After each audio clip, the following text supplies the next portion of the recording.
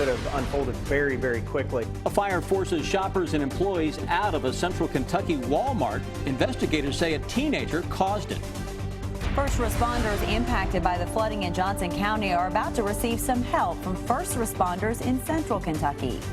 WKYT investigates how health inspectors are testing the waters to make sure the pools your children play in this summer are safe. Tracking, alerting, protecting. WKYT News starts now with breaking news. Good evening to you. Tonight we are learning some new details about a two-county police chase that ended in a Harrodsburg neighborhood. Police say they now have someone in custody. And one of our news crews actually ended up right in the middle of the chase, which came to an end just before 5:30 on Shawnee Drive near downtown Harrodsburg. Monique Blair tells us what she saw. She joins us live now from Harrodsburg with the breaking details. Monique? Well, Sam and Amber, this is actually the end result of that police chase, but I want to show you some video we actually took straight from our news car. My photographer Devin and I were on North College Drive here in Harrodsburg when we saw and heard several police cars coming towards us. Now, when they were closer to us, it appeared to be a police chase because the car in front was swerving all over the road. We quickly turned around and followed them at a distance, and within about 2 to 3 minutes, we ended up here on Shawnee Drive, where you can kind of see behind me that suspect car crashed behind this home here. I'm told this all started in Perryville Road in Boyle County when a deputy saw a man and a woman in this suspect car apparently arguing. He says he tried to make a traffic stop and then the car fled, which started the police chase. Now I'm told once the car crashed into this home here, the female passenger was apprehended and the male driver ran. I'm told that's when canines were able to catch that man fairly quickly, and then he was arrested. Now EMS is on scene out here, but right now it does not appear to be any injuries. You can see right now behind me this sheriff's deputy car. It does have some damage, but I'm told right now they don't know of any injuries and they don't believe to be any injuries. Now, of course, we will stay on top of this as developments continue to come in, because police tell me there is still a lot of investigation into exactly what happened here this afternoon. For now, I'm reporting live in Harrodsburg. Monique Blair, WKYT. And what a rare situation for us to be down there for another story, and then lo and behold, this right in the middle of that. Right place at the right time to catch all that. Monique, thank you. It is normally crowded with shoppers, but a central Kentucky Walmart had to close for some hours today after a fire. And tonight, investigators say a teenager set it on purpose. Shoppers had to be evacuated from the Frankfort Walmart this afternoon because of the fire. Victor Puente is tracking the investigation in our top story at 6. Frankfort police say it was a 13-year-old who shut down this store for hours after he started a fire inside. Police say that fire started a little before noon in the women's accessory section of the Frankfort Walmart. It's fairly minor. In fact, some quick employees were able to grab fire extinguishers and get it out before the fire department had even arrived. But it was big enough to close the store. A Walmart spokesperson told me more than 120 people had to be evacuated. Paul Wright arrived just as that evacuation was happening. He had taken a cab to the store because his car is being repaired. And I was down 2 cans of pork and beans, so I got a cab and come down here. And of course, when I got here, the fire truck and everything. While workers turned customers away, fire investigators began searching for a cause. Through the course of the fire department's investigation and ours, we were able to determine that it looked suspicious. It was possibly the act of arson. Within minutes, they took a 13-year-old Frankfort boy into custody. Major Warfel says he could be facing a felony. We would be looking at like a first-degree arson in this situation. Because of his age, police are working with the court-designated workers office to determine the charges for this teen. In Frankfort, Victor Puente, WKYT. Because the store sells food, the Franklin County Health Department was also called to make sure the store was safe to reopen. It is a first for Kentucky. Today, a Clay County man received a life prison sentence for causing a drug overdose death. A federal judge sentenced Terry Smith this afternoon. Investigators say back in 2011, he distributed prescription drugs that resulted in the death of Patty Smallwood. They say that Smith had Smallwood and others go to a Georgia pain clinic to get oxycodone prescriptions. He then paid them to fill the prescriptions at a Manchester pharmacy. Investigators say Smallwood later overdosed. The U.S. Attorney's Office says this is the first life sentence in Kentucky for a prescription drug overdose case. New tonight, a Letcher County gun store has a new policy that's causing some controversy. Jace Firearms in Whitesburg now has a sign that says Muslim-free gun store. The owners say they were inspired by a Florida gun store that banned Muslims after the shooting deaths of 4 Marines and a Navy sailor in Tennessee last week. We feel like that we should offer a Muslim-free store where Muslims won't be able to come in here and buy guns to hurt any more of our citizens.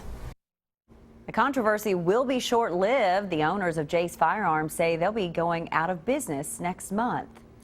Tonight, help is on the way for first responders whose homes were damaged or destroyed in the Johnson County floods. Today, Lexington police collected donations for those first responders, and police are getting ready to make that trip to Johnson County with a special delivery tonight. Jim Caldwell joins us live now with more on a great effort. Jim? Love and support have already been pouring into Johnson County since the devastating flash floods last week. Now, Lexington police, as you said, have gathered supplies, and they're going to be shipping that stuff down to southeastern Kentucky as we head through the rest of the night. But this time, it's a little special because it's going to the folks that are the first responders. Lexington first responders have gotten supplies and gift cards together to help others like them in this time of need. And for one Lexington police officer, it's very personal. The reason it's so special to me is I'm a native of Johnson County. I was born and raised there, and I grew up in Flat Gap, Kentucky, where this flood hit the residents the hardest, and I know a lot of the people that were affected by this tragedy.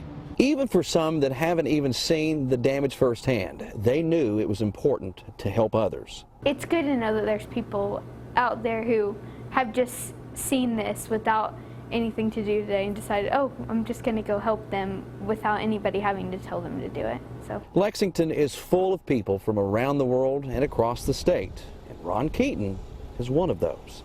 So for me, you know, even though I've left the mountains, there's still part of the mountains are in me, and so for me it's special to go back home and be able to help the first responders.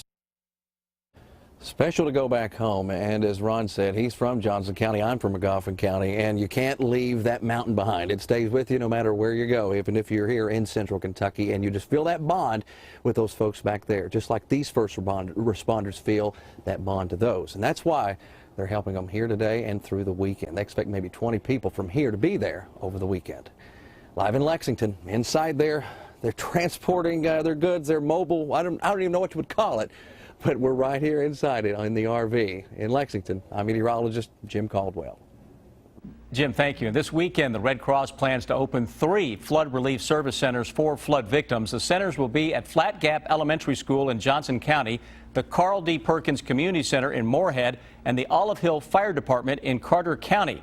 Each of those will be open from 10 to 8 tomorrow and from 8 to 4 on Saturday. Red Cross disaster caseworkers will be on hand to help flood victims. We have been tracking some rain in parts of southern Kentucky today, but for many of us, it's been a dry one out there. Chief Meteorologist Chris Bailey has an early look now at your forecast. Yeah, looking good for that dividing line setting up right on top of the Interstate 64 corridor a little earlier and down the Mountain Parkway. North of that, beautiful weather to the south of it. We had a lot of rain out there. Good looking sky to start out the evening in Lexington. Bluegrass state of Kentucky really shining down on us right now with some sunshine, clear conditions out there. Grass as green as you're going to get at this time of year. To the north, low 80s. To the south, we're just now getting into the upper 70s to around 80 degrees. South, we had those rains earlier in the day. Here is Defender. Nothing showing up as of now, though some areas across southern Kentucky picking up greater than 1-inch rain amounts yet again today. And look at that dividing line swooping down towards southeastern Kentucky along and north of that. Obviously, not a whole lot going on out there today. What are we talking about as we go through the next few days? Well, the rain southeastern Kentucky getting on out of town. And for a change, final weekend of July, looking to feature some normal summertime conditions around here. Then some storms try to crash that 7-day forecast again into next week. We'll break it down for you when I come back in about 10 minutes. Thank you, Chris. It's a way to stay cool on hot summer days, but just how clean are those pools and fountains your children are playing in? Health inspectors in Fayette County are testing the waters. But as investigative reporter Miranda Combs tells us, with about 400 pools in the county, it's challenging to keep their heads above water. And I usually test pH first. We're going to look for where the outlets are and a good spot where we can test, where it's deep enough that we can take a sample from. She's here once a month during the pool season. Right. We get to know each other pretty well. She is one of 12 inspectors that monitor around 400 pools in Fayette County. It's good, looks like around 7.4. You guys are stretched thin.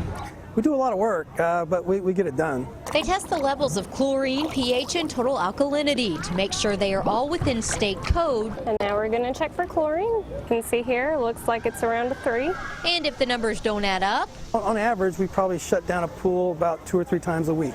The wet weather this summer has added an extra hurdle. That waters down the chlorine levels, so they have to constantly react to those environmental changes. But what about other water spots? Just because they aren't called a pool doesn't mean people don't get in, like fountains in downtown Lexington, and this one at Thoroughbred Park. We bought some do-it-yourself bacteria test kits online, took a sample of the water at Thoroughbred Park. Okay, it's been 7 minutes. Put a test strip in and waited. It's been 10 minutes. I'm going to pull the test strip out, a line under number 2, but there's no line under number 1. This is not detecting any bacteria in the water. Take it for what it's worth. The Fayette County Health Department does not treat or monitor the city's downtown fountains and doesn't want anyone to play in them. But this one is a different story. We stepped in and tested this water while kids played around us. There's just one line below the 2s which says that this does not detect any bacteria in the water. It's designed to be used. Mike Wiley is with Meridian Management. The company is contracted to manage the courthouses and plaza properties, which includes the fountains. They encourage people to come down here and use these fountains. We went along for their daily monitoring. You probably never realized there was a hole here.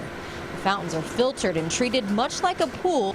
pH, alkalinity, and bromine. Wiley says they are just about as clean as a pool. It just feels like water, like when you're taking a shower. It just feels that way, but really cold. Yeah, it's cold, man. Back to the pools. When they say they monitor about 400 pools, that's apartment complexes, hotels, city pools, and all indoor pools. They do 2 full inspections twice a year and then monthly checks to make sure all the levels are right. Good job testing, by the way. Maybe have a future in that as well. So on average, they shut down a few a week? Right, and pools? it's usually not the city pools because they have lifeguards and they're checking it daily. It's the other pools that sometimes can get out of whack if they're not monitored closely. And who knew about those down there at the courthouse I know, as well? who knew? Interesting, Learn something new every day, huh? All right, Miranda, thank you. Kentucky travelers will soon have more options. Next, a low-cost carrier has announced plans to expand its service in the Bluegrass State.